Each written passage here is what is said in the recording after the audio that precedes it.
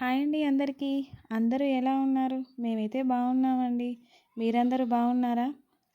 ఈరోజు మా అక్క వాళ్ళ ఇంట్లో గృహప్రవేశం అండి.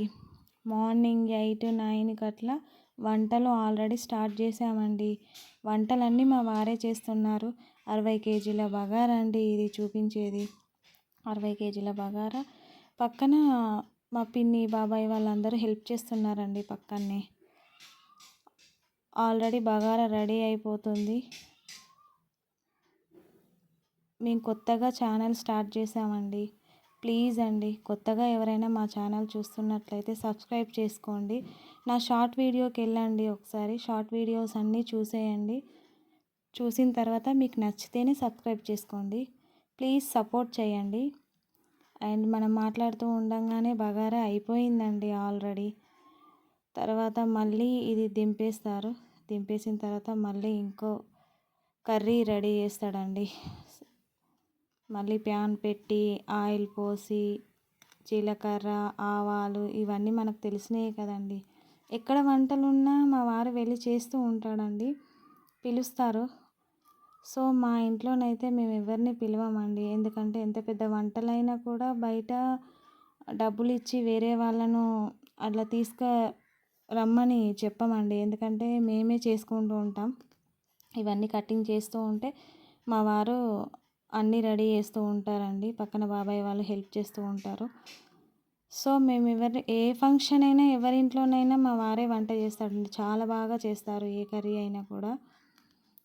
ఈరోజు మాత్రం మా అక్క వాళ్ళ ఇంట్లో ఫంక్షన్కి బగారా అండ్ సాంబారు, పాలకూర పప్పు, ఆలుగడ్డ వంకాయ ఇది చేశారండి. ఆల్మోస్ట్ అన్నీ ఒకేసారి చేశాడు కాబట్టి తొందరగానే వంటలు అయిపోయాయి. ఆ క్లిప్స్ ఏమీ నేను తీయలేదు. ఇది కూడా మా వారే తీసుకున్నాడు క్లిప్స్. అందుకే నేను లాంగ్ వీడియో పోస్ట్ చేస్తున్నాను. దయచేసి అందరూ స్కిప్ చేయకుండా లాస్ట్ వరకు చూడండి.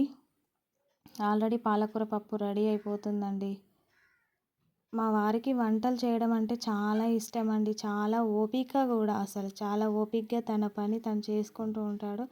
నన్నైతే అసలు ఏం డిస్టర్బే చేయడండి. చిన్నగా ఏదైనా హెల్త్ ప్రాబ్లం వచ్చినా తనే చూసుకుంటాడు. డ్రైవింగ్ కూడా చేస్తాడండి. అన్ని పనులు చేస్తాడు మా వారు. లాస్ట్ వరకు అయితే వీడియో చూడండి అందరూ. తర్వాత మళ్ళీ పాలకూర పప్పు అయిపోయిందండి. మళ్ళీ సాంబార్కు ప్రిపేర్ చేస్తున్నాడు.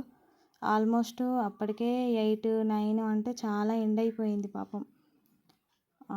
ఆల్రెడీ మునిక్కాయ, ఆలుగడ్డ, వంకాయ అన్నీ అందులో సాంబార్లో సోరకాయ వేసేస్తున్నాడండి మొత్తం.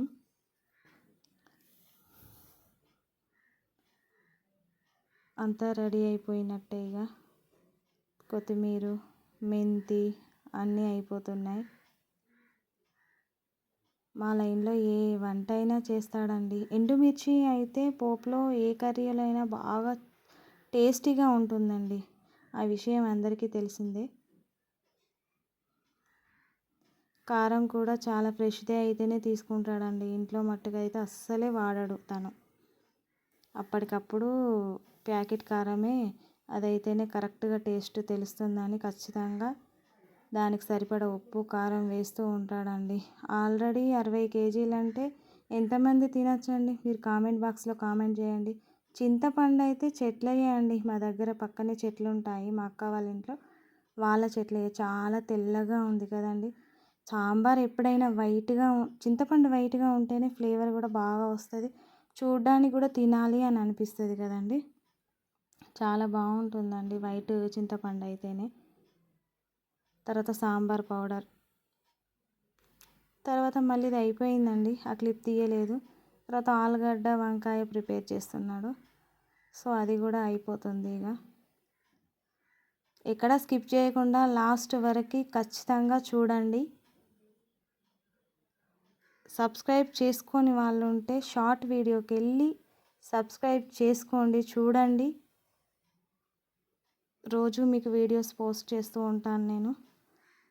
ఖచ్చితంగా అందరు సబ్స్క్రైబ్ చేసుకోండి.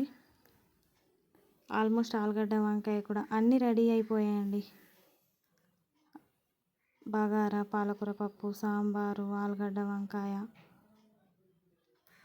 అన్నీ రెడీ అయిపోయాయి. చాలా కష్టపడిపోతున్నాడండి. మా వారి కష్టం చూసైనా మీరు సబ్స్క్రైబ్ చేసుకోండి.